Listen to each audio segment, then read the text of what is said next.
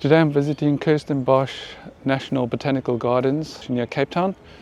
It's a beautiful day. I've arrived just before opening time. I see the gates are already been manned, so I think we can get in a bit earlier. I've got no time limit here, so I'm going to be spending the entire day walking around. It's a site I've visited numerous times before, but since moving to the UK, obviously my visits have become more sporadic. It's one of the top birding locations in Cape Town, and also very, very safe. As one other famous birder said, I'd be more than happy to drop my mother off here for the day on her own to do some birding. So very safe site, and like I said, one of the top destinations. A lot of endemics here. Hopefully we will pick up most of those during our walk around today. So let's go in, pay a little fee to get in, and enjoy our day.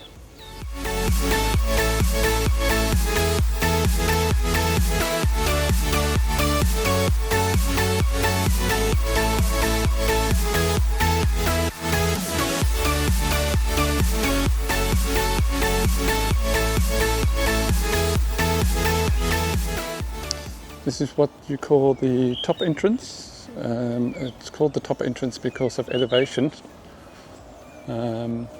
I think it's the best place to park because it's the shortest route into all the best birding positions.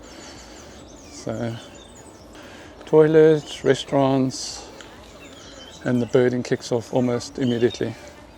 So I better get suited and booted quickly. Kirstenbosch National Botanical Garden is one of the most renowned botanical gardens in the world.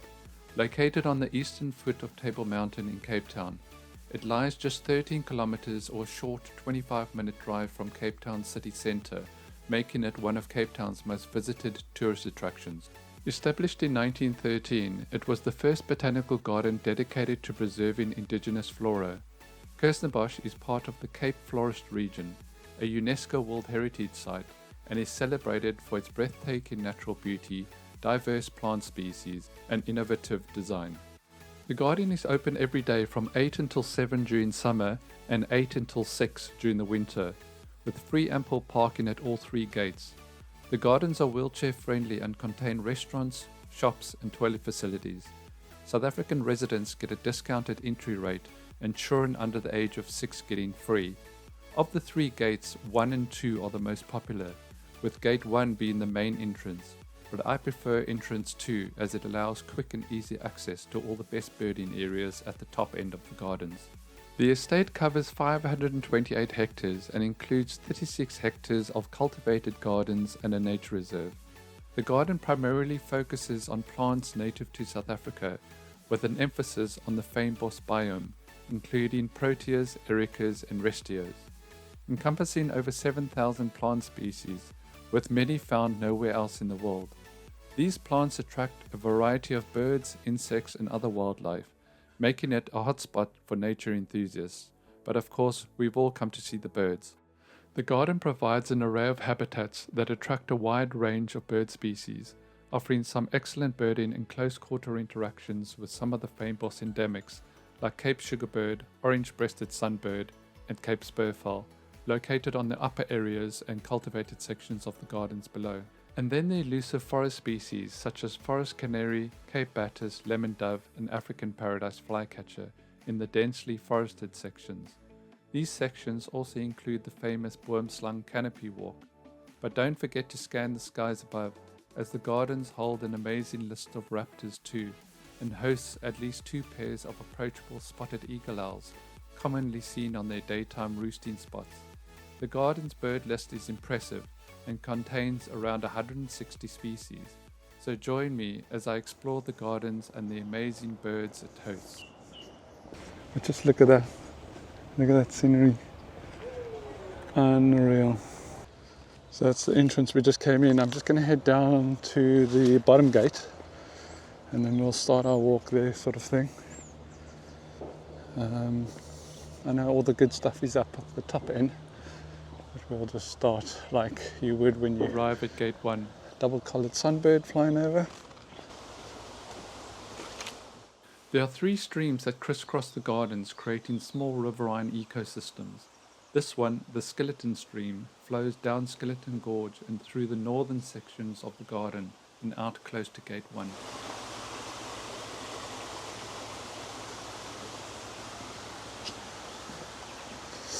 Another restaurant.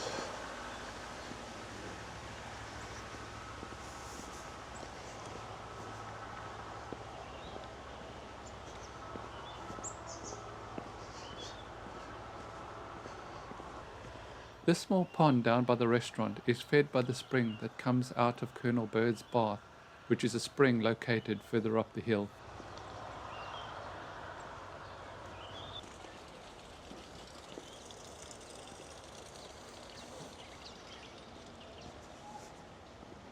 Got a dusky flycatcher here, fairly tame.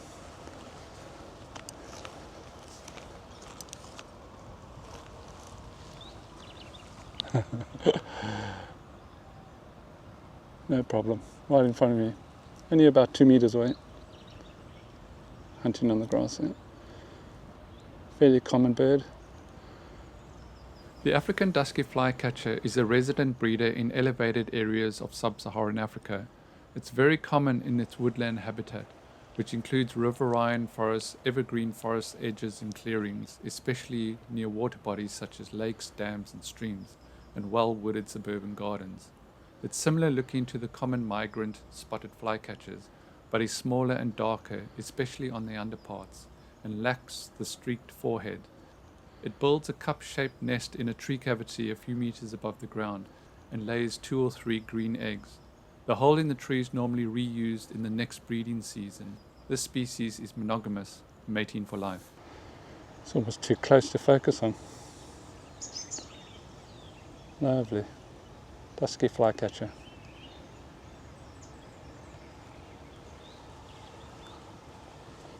Right, I've just come down to the lower entrance just to give you an idea of what it looks like. I would say it's the main entrance. And the thing to note here is during the right season, in these big planters up here, they sometimes have spotted eagle owl breeding in the planters right by the entrance. And if you don't know about them, you simply walk past them and you miss them. I haven't had a good look at each of them now. I'm not sure whether there are any breeding in there now, but that's the thing to look for in these planters here.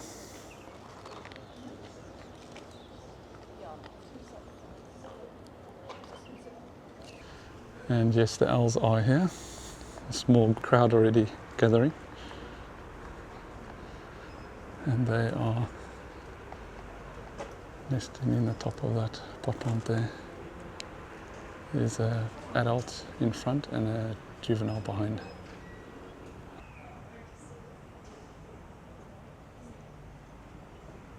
Spotted eagle owls have been breeding in the garden for as long as I can remember. I know of at least 3 pairs in the garden, but of course there could be more, and this pair have been used in the planters for many years. Spotted eagle owl is the most common owl in southern Africa and is the owl you are most likely to find in your gardens. They're a medium-sized owl but one of the smallest eagle owls. These owls are nocturnal and roost during the day. Eggs are laid in late winter to spring in southern Africa, and nesting usually takes place on the ground, but any area with a flattish platform to hold the eggs will do, may that be window ledges, rocks or cavities in trees.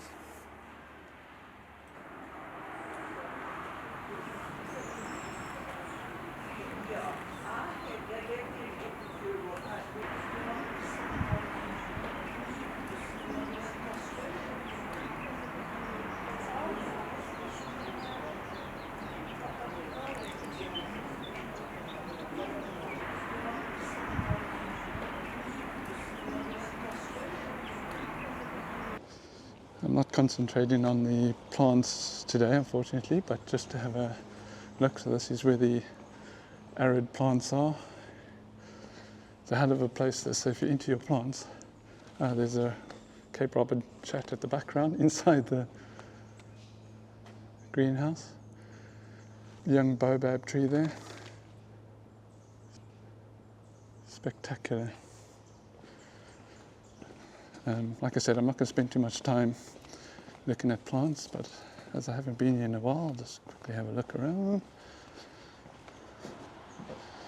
It's just, I mean, just the whole place, every nook and cranny is just rammed with the most amazing plants you'll ever see.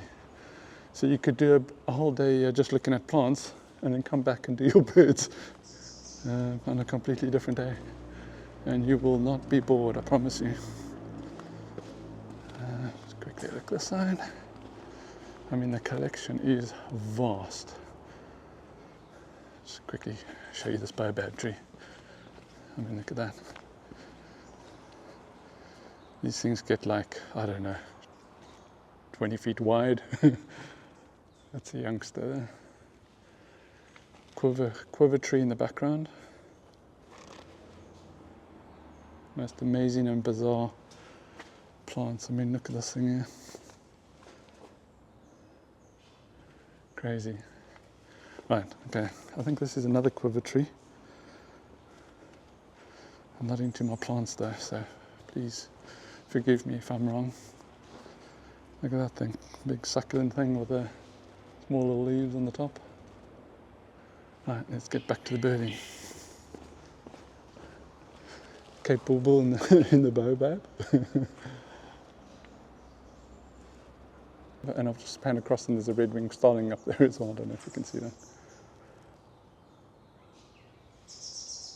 And double-collared sunbird in here somewhere. Here we go. Oh, it's flown out, sorry. So this is just coming in from that bottom entrance. And what you want to do here is take a walk down this avenue, because it's unbelievable. Look at that. Camphor Avenue, it's called. Reading the sign. It's been a while since I've been up here, but look how spectacular this is. Huge trees. And if you come here early enough, you have it all to yourself.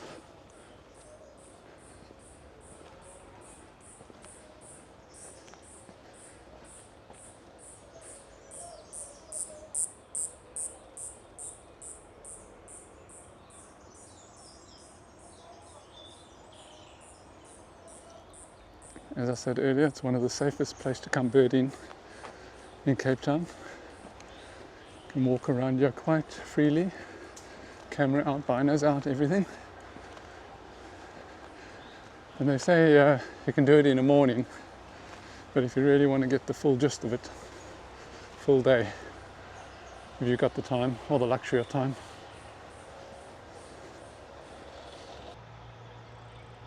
After leaving the Camphor Avenue and just at the start of the main walkway, in the annual beds, I found a couple of Cape Canaries feeding on some seed heads here. These are small passerine birds in the finch family, found in fynbos, woodland, grassland and gardens. They are resident breeders in southern Africa, a fairly common gregarious bird in Kirstenbosch garden, but no less a joy to watch as they maraud around the gardens in small flocks looking for seeds to eat.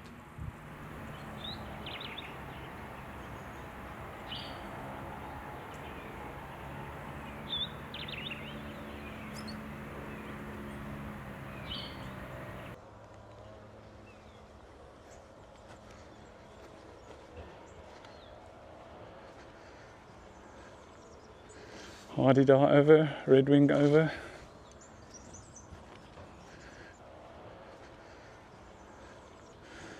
Just birds and scenery wherever you look. It's one of the best botanical gardens that I've ever been to in the world, and I've been to quite a few. It's right up top there. Up top with the best of them. I'm going to make my way slowly up here. There's a treetop walk called the boomslang, and that's very good for the lemon dove and things like that, but there's a whole bunch of stuff flittering in here, so I'm going to just scan through here quickly. Red-winged starling, a few sunbirds, but my eyes aren't good as they used to be, so let me put you down for a second, get the bins out.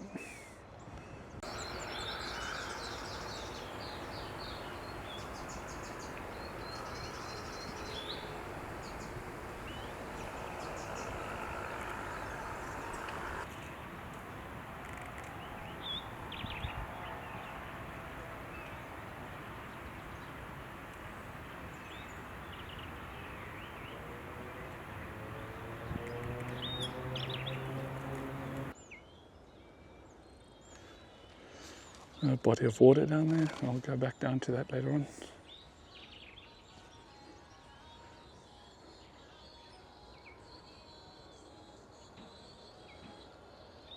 Not only is it birds and trees you've got to worry about, there are some very real potent snakes in the garden, of which I've seen many. In fact, on this route itself is where I had a boomslang or two, so you always got to keep your eyes open. We're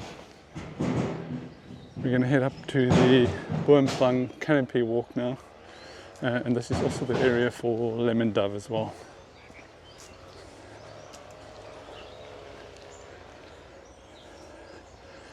So to find lemon dove, Cape Robin shack down here, you just got to cruise in underneath these canopies, yeah, and just look for them. They are fairly tame. So once you find them, it's fine, but it's actually finding them that's the issue. But if you just scan around, you should pick one or two up on this western side of the Botanical Garden. This is the famous boomslang canopy walk that snakes up above us. Excuse the pun. We'll head there in a sec. I'm just gonna scope the ground a bit for these lemon doves.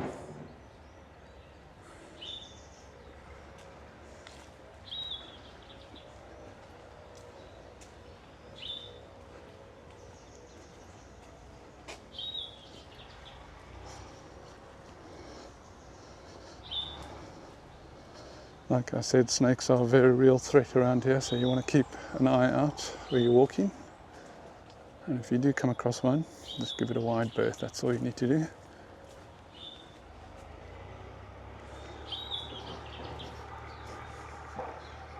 That's our famously tame and very noisy hardy-dar, a dime a dozen.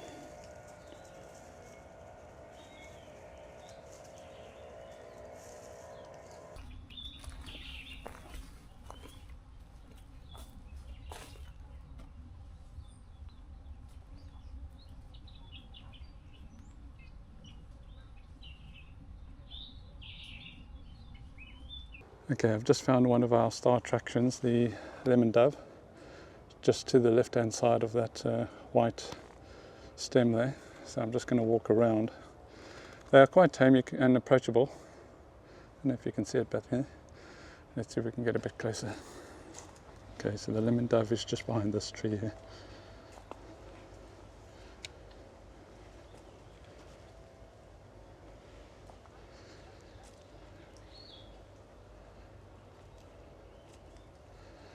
Quite approachable. I'm just going to sit down quietly.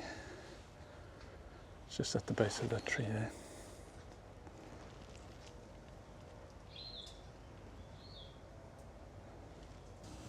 I can't actually believe how tame this thing is. I'm sitting right on the path here.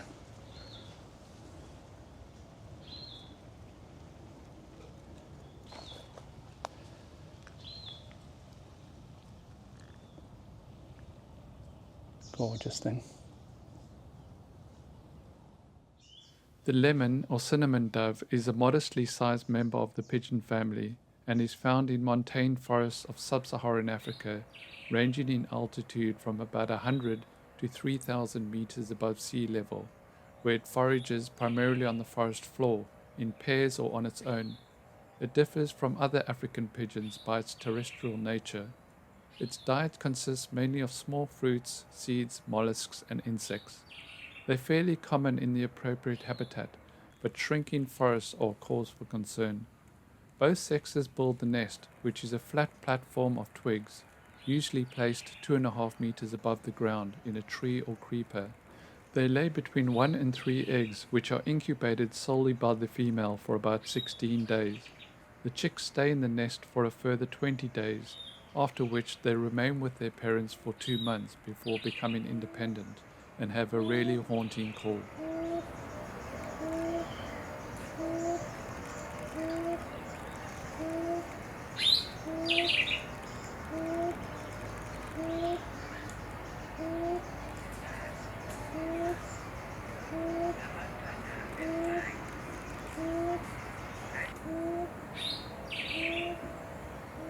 You normally find these doves around the boomslang canopy walk or in the forested section around the spring at Colonel Bird's Bath.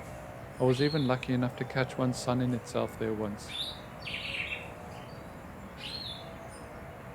Right, we'll leave the lemon dove for a little bit and I'll take you on the boomslang tree walk.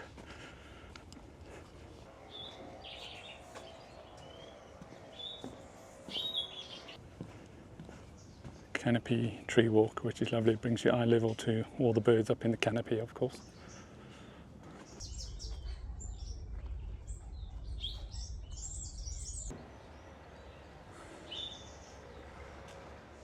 The 130-meter centenary tree canopy walkway, better known as the boomslang after the tree-dwelling snakes in the area, was built in 2013 and 14 to celebrate the centenary of Kirstenbosch in 2013 and opened to the public on the 17th of May 2014. It raises you 12 meters off the floor and into the treetops of the surrounding forest, often bringing you eye level to most of the birds that inhabit the area, and gives you the most amazing view over the garden itself.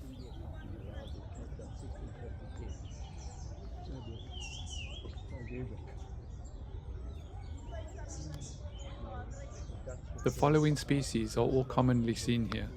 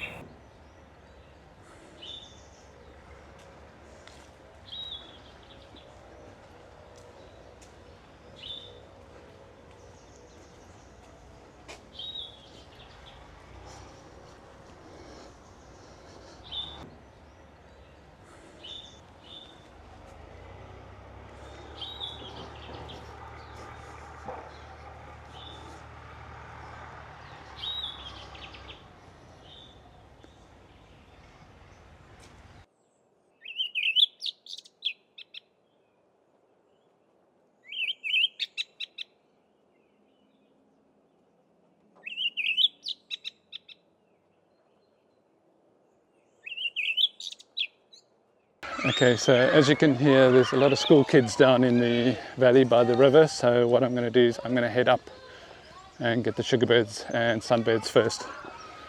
Hopefully get some owls up there while we're there and take you through the incredible cycad sort of grove that they got here, including one species in particular, Encephalatus woodii, which is like almost a single specimen from which all the others derive from through cuttings and things like that.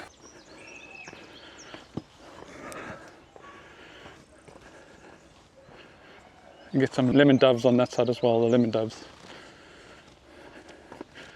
There's the woody eye on this side, one of my favorite plants. Encaged so no one can steal the succulents off the bottom because they're so rare. There's 1, 2, 3 succulents in that cage bit down the bottom.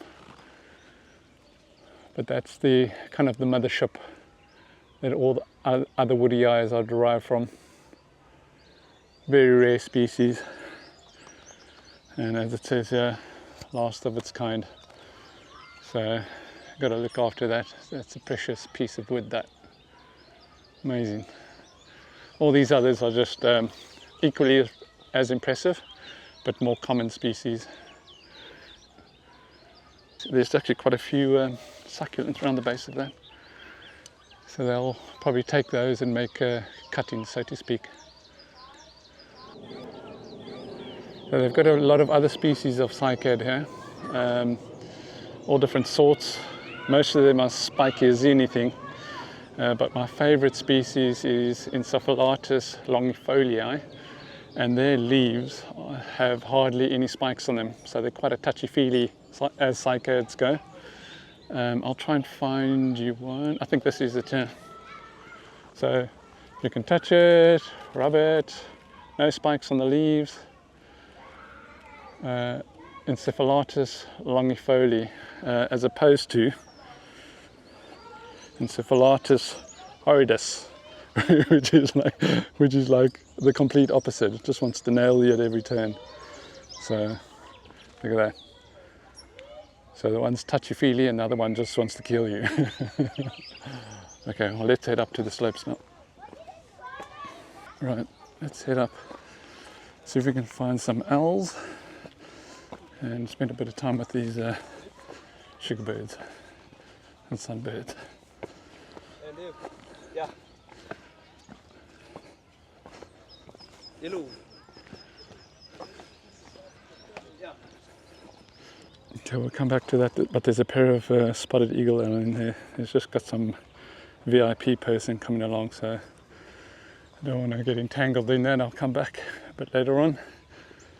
Let's head further up. Get some sugar birds and sunbirds. They're here already, but I don't want them in the shade. I want to get some nice photographs of them in the sun. So this part here is a little striped mouse here.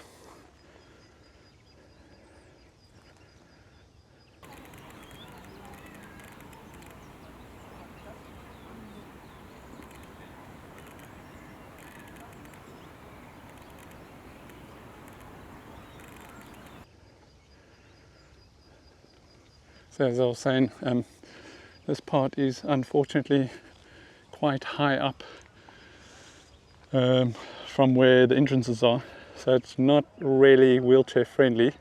I mean, it is wheelchair friendly in regards to the paths, but if you're the one pushing the wheelchair, I think you're going to be pretty knackered. But this is the highest part of the botanical gardens and where you find all the shiny birds. This is where you want to come if you want to be blown away by sunbirds and sugarbirds, because it starts changing to kind of feinbossy proteas, things like that the sugarbirds love. There's something blasting away up there as well, super loud.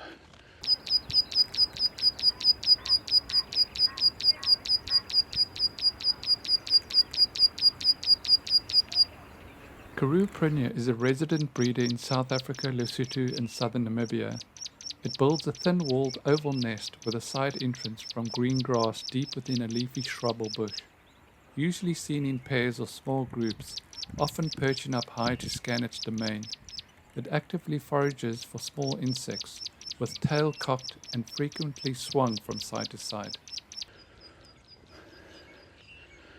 Proteas all blooming.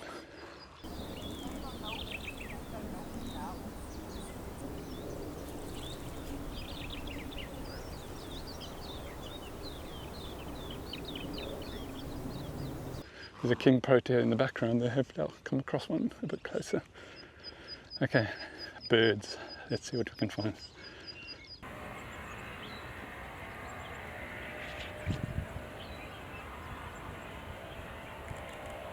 The Cape sugarbird is one of the 8 bird species endemic to the fynbos biome of the Western and Eastern Cape provinces of South Africa.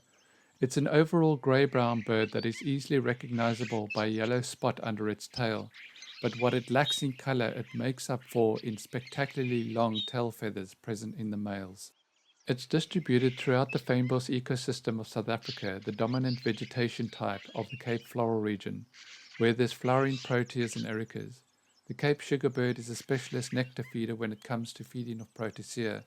Its long sharp beak is used to reach the nectar of a variety of species of Protea with its long brush-tipped tongue. As the sugarbird sips the nectar from the bloom, the feathers on its forehead are dusted with pollen, some of which is dislodged when the bird visits the next flowering head. The staple diet of the sugarbird is nectar, however it will also feed on spiders and insects. The characteristic strong winds in the Cape may make feeding of protea heads difficult, but the Cape sugarbird has adapted to this with the development of sharp claws. The breeding season for the Cape sugarbird is winter, when food supplies are ample. Breeding males set up territories in mature stands of proteas, where they perform vocal displays. After breeding, they become nomadic, moving to areas where food is available. The sugarbird family as a whole is also endemic to the southern tip of Africa, with the Cape sugarbird being the largest and most well-known member of the family.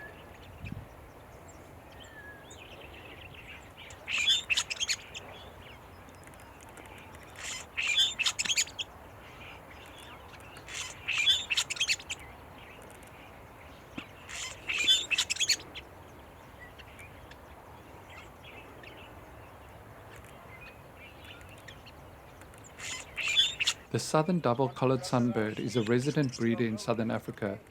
It's common in gardens, fynbos, forests and coastal scrub. It breeds from April to December. The closed oval nest is constructed from grass, lichen and other plant material, bound together with spiderwebs. The male pictured here is in messy eclipse plumage, but the males have superb glossy metallic green heads, throat, upper breast and back, with a blue and red band across their chest as shown here. It lives mainly on nectar from flowers, but takes some fruit and especially when feeding young, insects and spiders. It can take nectar by hovering like a hummingbird, but usually perches to feed most of the time. It differs from the greater double-collared sunbird in the fact that that bird has a much wider red band across the chest as seen here.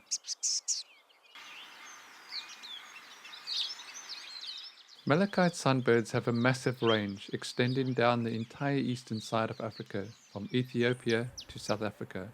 It's an amazing looking bird. The males are metallic green when breeding, with blackish green wings and small yellow pectoral patches. This large sunbird is found in hilly fynbos and cool montane and coastal scrub, along with parks and gardens up to 2,800 meters above sea level in South Africa. This species, like most sunbirds, feeds mainly on nectar, although it will also take insects, especially when feeding young. It often hunts in a similar manner to flycatchers, hawking for insects from a perch. So we are quite high up now. I've had Cape sugarbird and double-collared sunbird, southern double-collared. I think there's another double-collared in this protea here. It's one of those places where you just you don't know where to look for all the birds. There's birds everywhere here. Just trying to keep my cool. I want to try and get some male sunbirds or male sugarbirds. I've only had a female so far. I'm not going to go too crazy high. Like I'm not going to go up into the gorge there, but just cruise around up here. I mean, you could, if you're a photographer, you could spend days here, literally days here, and not be bored. Okay, I'm just going to go up. You can go, you can walk along the grass. You can go, in between the beds here and stuff. Well, not the beds, but on the grassy areas. Not a problem. As I said before, there was like a, I don't know, politician or something that was coming along. He had loads of security down there, and they were right by the owls. So I think he was being shown the owls. Looks like a raptor coming across there at speed. What is that? Just probably a sparrowhawk of some sort. Yeah, so as I was saying, a politician was there, loads of security.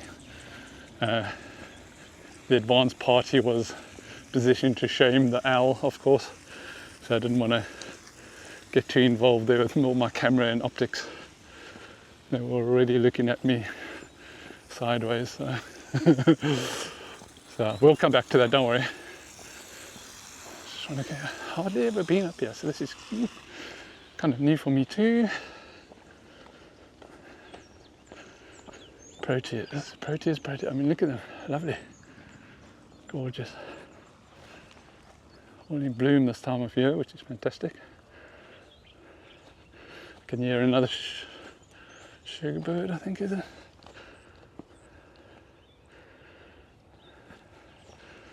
I must say I'm a bit rusty with my SA birds. Every year I come back, I forget more and more of them. I think that's the Cape Bulbul. I'm going to get slaughtered if I get them wrong, especially by my father-in-law. Okay, spectacular view over the flats of Cape Town. There's a sunbird across here, but that's a female. And then Table Mountain. Skeleton Gorge is somewhere along here to hike up onto the top. In a gorge, it's sort of like shady the whole way up and spectacular.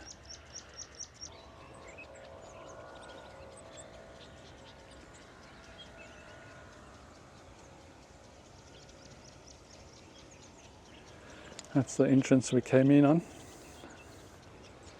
and the southern entrance, which is further down.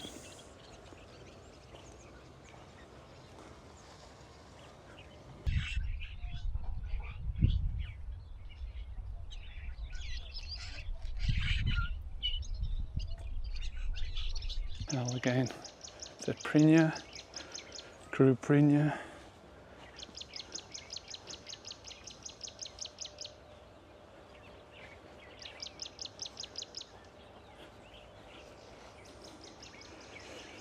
Canada geese. So my hometown of Durbanville is behind this little hill here, just around the back of it.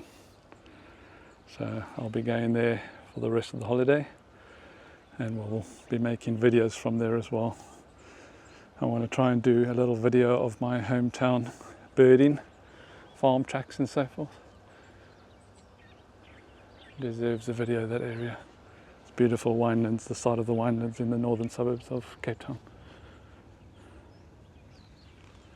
Right, let's go down and see if we can get these L's for you. Here's a bunch of the VIPs coming up.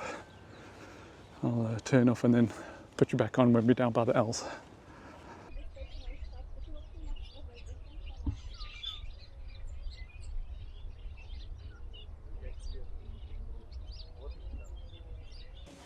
Right, so we're back down by the L's in this tree here. It's a little bit busy here, so excuse the background talking and all the rest. So they're breeding this tree here. They've got a L box in here, but one of the adults are in the tree around about there.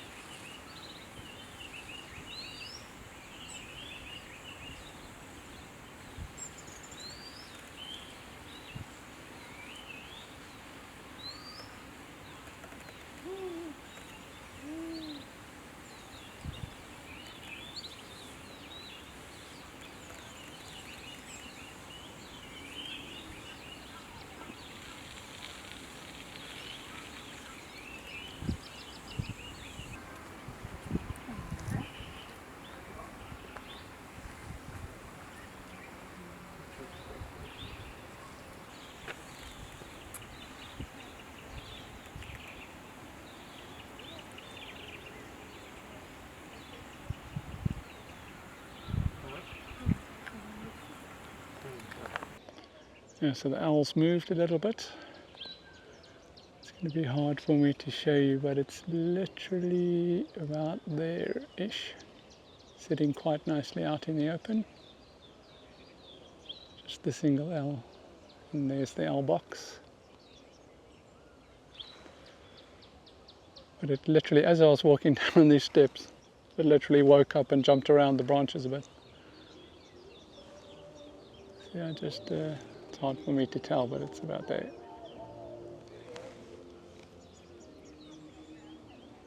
Okay, that's where the owl is, just in there somewhere. And the owl box is further down. I'll try and find you some more owls. What I thought we'd do is we'll go back down. Unfortunately, there's a whole bunch of school kids there, so the noise levels will be elevated somewhat. But on the other side, on the left-hand side, there's another ravine and another good spot for finding spotted eagle owl.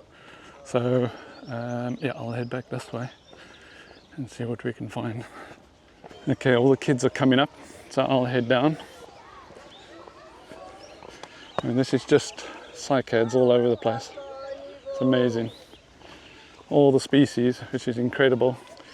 Each one worth a complete fortune in its own right. I mean, that woody eye, which is there where the kids are, priceless basically. I think this is longifolia again.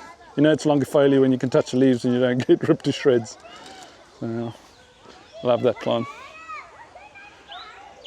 Okay, let's head down quick, see what we can find. This is good for lemon dove in here as well. Anything shady. In fact, there's one right there. Just walking in that cycad, can you believe it? Just to the left, on the leaves. Look at that.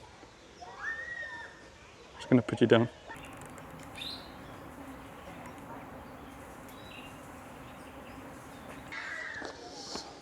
Alright, we'll go away from the maddening crowds and we'll head down to a serene part of the gardens.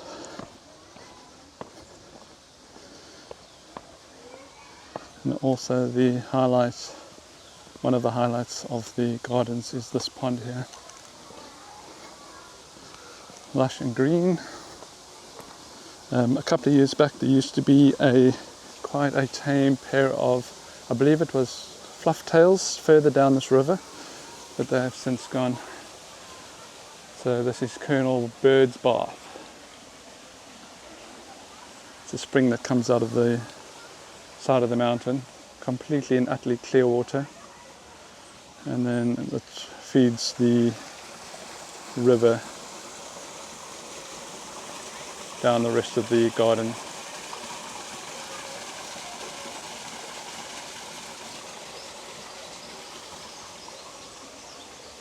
Look at the size of that cycad, they're huge. Cape Robin chat on this stone bit here. Fairly tame.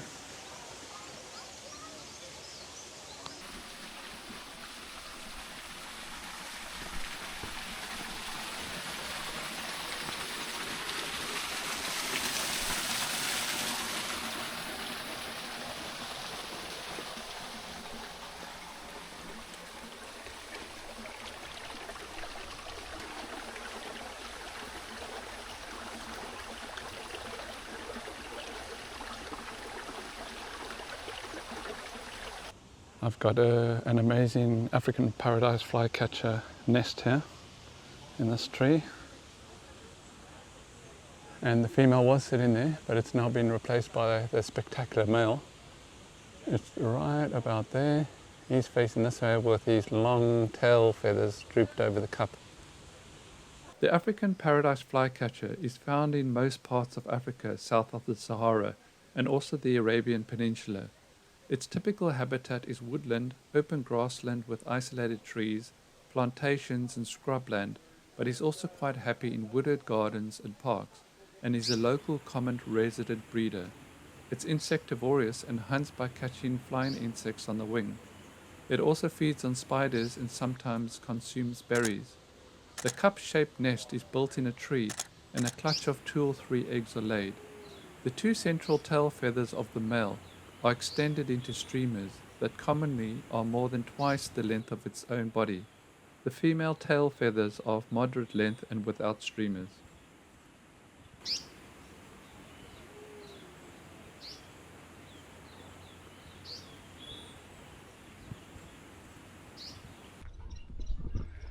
This is another good spot for sunbirds. I haven't seen the mythical orange-breasted sunbird, which is a creature that you need to see when you come here. I'll pop up a picture or two now. Yeah, some more sugar birds showing nicely here. But yeah, I haven't seen any orange-breasted yet, which is a major bird for this area. They are fairly common. I'm surprised I haven't seen them yet. Although common in the gardens, I failed to see any orange-breasted sunbirds this day, so we'll just mention them here as an addition. Endemic to the Fynbos scrubland of southwestern South Africa, these amazing-looking birds are associated with ericas and proteas and breed typically in May, with the male defending its territory aggressively, attacking and chasing all intruders. This tame species is a common breeder across its limited range and is an altitudinal migrant, moving to higher altitudes during the southern summer in search of flowers.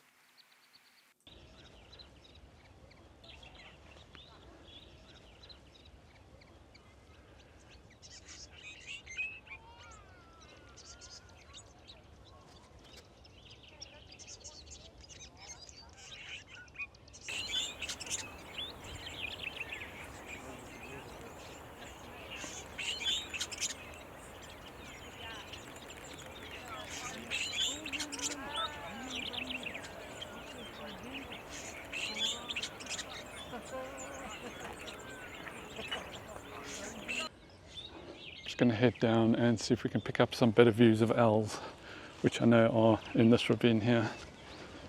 So we'll head back down.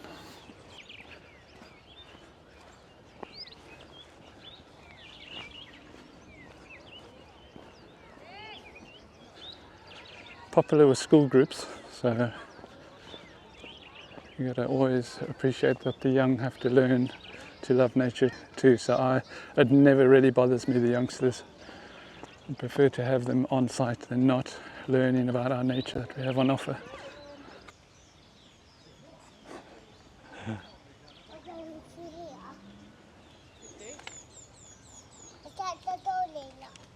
That's the Goldilocks path that Danny came up, and we came up the Giant's path, didn't we?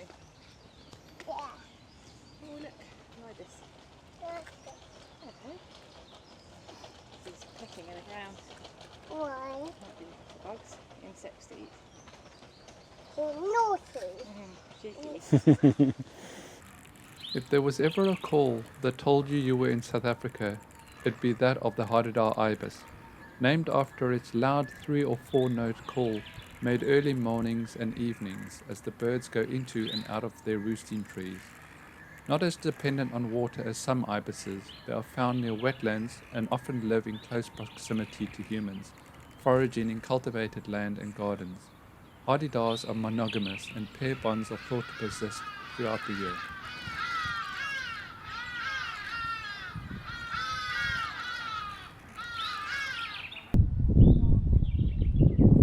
Cape Spurfowl with 5 or 6 chicks on fast. All the chicks are falling asleep. The Cape Spurfowl is a game bird in the pheasant family, endemic to southern Africa where it's the largest francolin. It's a common resident in the Western Cape Strandveld, Renosterveld and Fynbos regions, especially at lower altitudes. It's a bird of scrubby open areas, but prefers being close to running water. It breeds in spring and early summer, when it's also at its most vocal. The sexes are similar in plumage, but the male has 2 leg spurs, whereas the female has at best 1 short spur. Juveniles are similar to adults, but have duller legs and clearer vermiculations. This large dark francolin is unlikely to be confused with any other species in its range.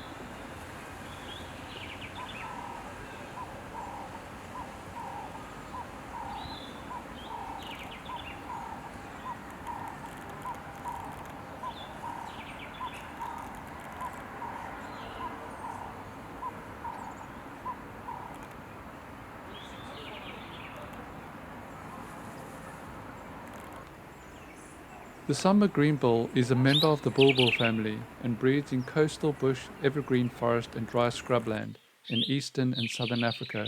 It's a common bird which tends to stay hidden in foliage and is more often heard than seen. It's usually found in pairs or small groups, foraging for insects, fruit and small snails. Okay, I just had the green ensemble bulbul in here, so I got a bit distracted. But let's go back up and see if we can find these owls. I'll come back down here because that's quite a good bird. Got a few snaps, but I'll like to get some video. Let's have a look in here.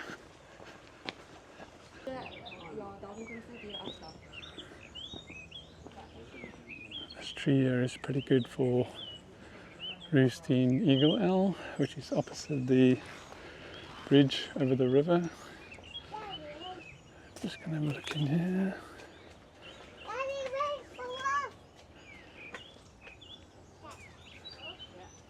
Can't see anything now. Let's go around the side.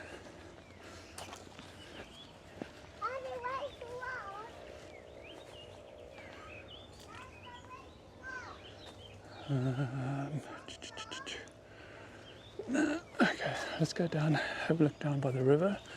We have had them before. Oh, what's that? I think that's another dusky fly. Dusky flycatcher. Super tame as well, duskies. It's just sitting there. It's about 3 meters away. Just over here somewhere for you.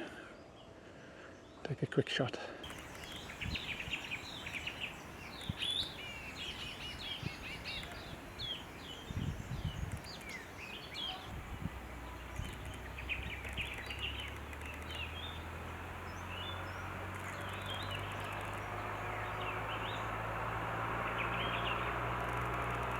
Okay, I just heard African hoopoe up there, so we may go up there a bit later.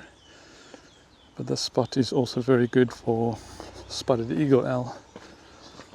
You've got enough time just to scan through the trees here.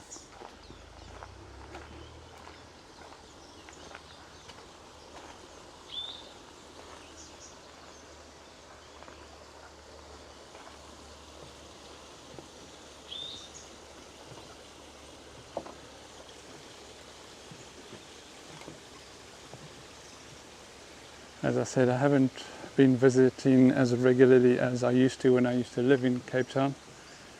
So things change, as you're well aware. Sometimes they're there for ages and then they just disappear, move somewhere else. Beautiful area. The trees here. I've had them in this tree here, point blank. Not today though.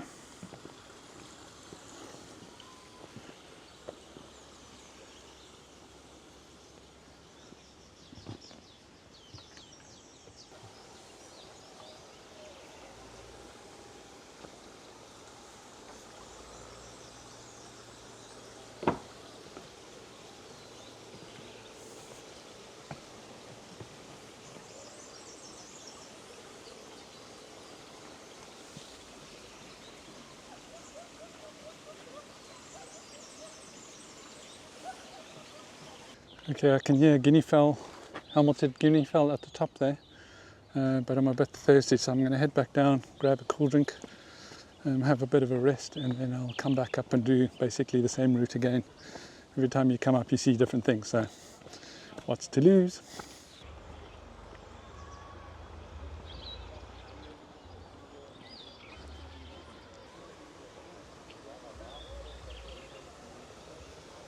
This is the otter pond, fed by the spring up at Colonel Bird's Bar. The bronze otter sculpture was made by Llewellyn Davies and donated to the gardens in 1944. It's inscribed with the words, "Our quality of life will depend on the ability of mankind to live in harmony with nature," which couldn't be more true now than it was then. Otters were once abundant in the streams of Table Mountain, but are now rarely seen.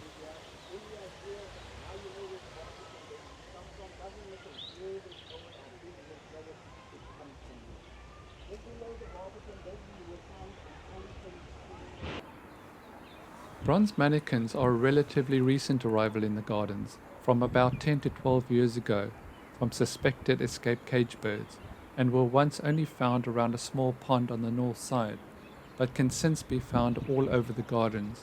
It's a bird of central and southeastern Africa, as far south as Gqeberha on the east coast of South Africa.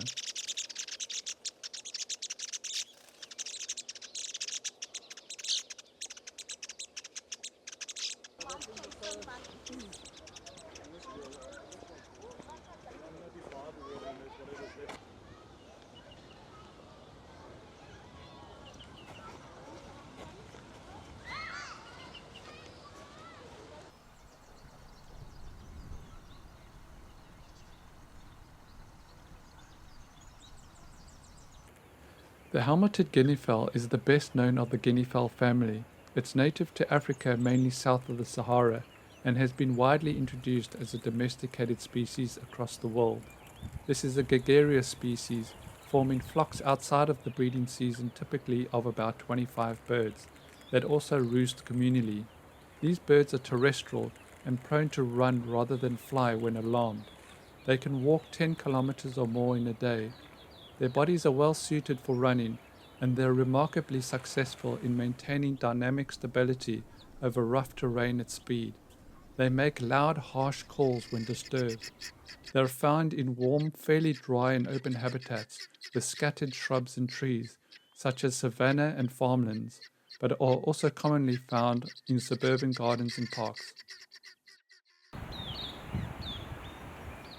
African olive pigeon is a large resident breeder in much of eastern and southeastern Africa, from Ethiopia to Cape Town.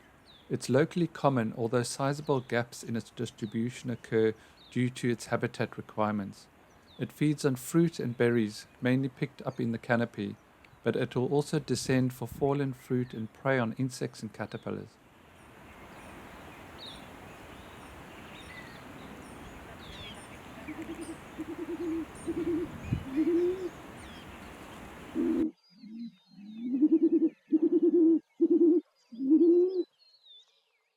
Right, I've just had a little bite to eat and some cool drink.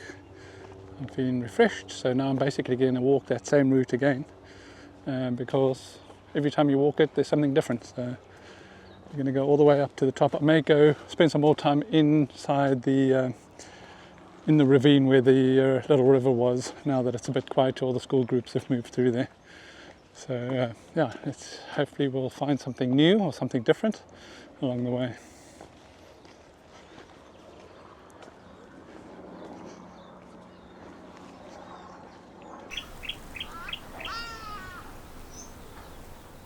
The forest canary is a bird in the finch family. It resides in sub-Saharan Africa. It's found in subtropical and tropical lowland and montane forest in South Africa and Eswatini. Their main diet comes from seeds, fruits and figs, but will also take insects, especially during the breeding season, for more protein. They're sociable birds, often feeding in small groups or pairs. They exhibit a preference for foraging close to the ground or near bushes and flowers, and tend to seek cover while feeding to remain concealed from potential predators. They breed from October to March, and both the male and female help build the nest. They can have 2 broods a year, with chicks fledging after about 19 days.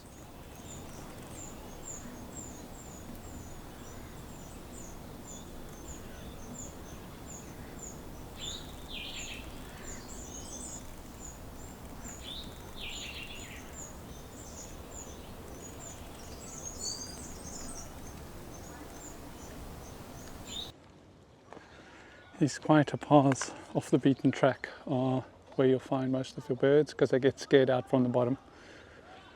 Lots of people shouting and stuff.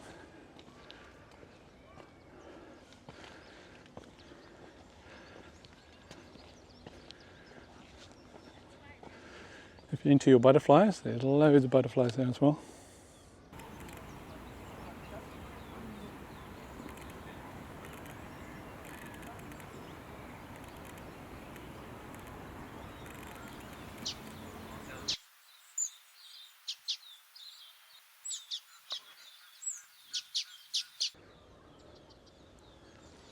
Also, top tip is sun cream, factor 50, otherwise you're going to get burnt to an absolute cinder. The South African sun is biblically harsh and you'll end up with some scary burns if you don't protect yourself. Just seen a dove there. I think it could be red-eyed dove, just sitting there. Best way to go this way.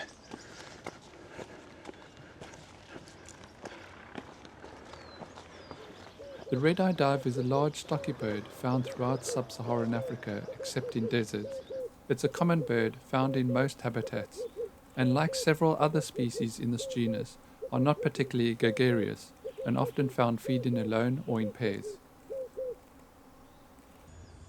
Amazingly, I've just got my brown-backed honeybird lifer in South Africa, and I've just heard another one calling down here somewhere. So I'm just going to mill around here.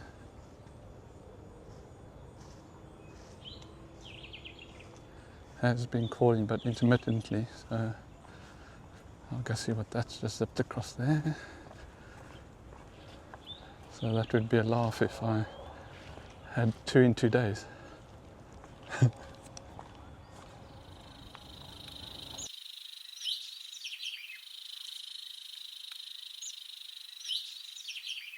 Would you believe it? I've just found a brownback honeybird.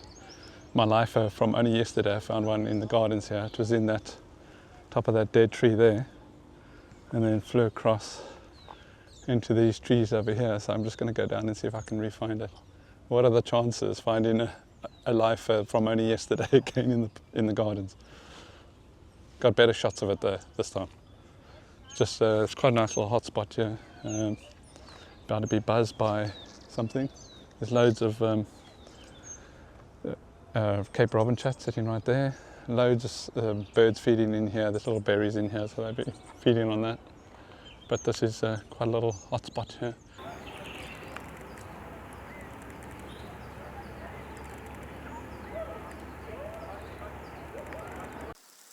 The Swee waxbill is a tiny, colourful seed-eating waxbill, which is typically found in uplands, in dry scrubland and open forest habitats, mostly in South Africa and a few of its neighbouring countries. It's a common and tame bird, typically seen in small parties.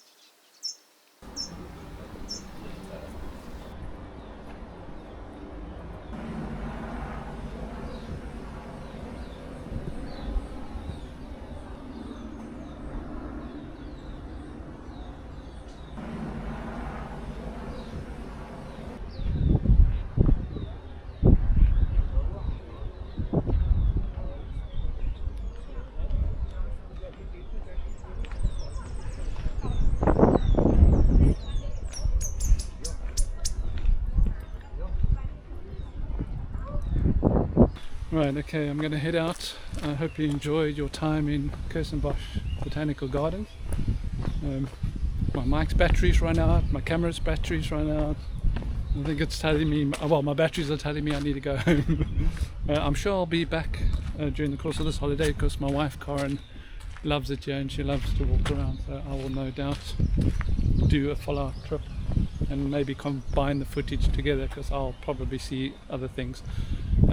Sorry to not show you the orange-breasted sunbird or the malachite sunbird, but I'm sure we'll pick that up, maybe even in Greyton. In Greyton there's loads of them. So I've had a great day at the Botanical Gardens. I'm hot, I'm thirsty, and I think I'm going to call it a day. Yeah, so like I said, hopefully I'll be back this trip and combine the footage together for you. So, yeah, hope you enjoyed it.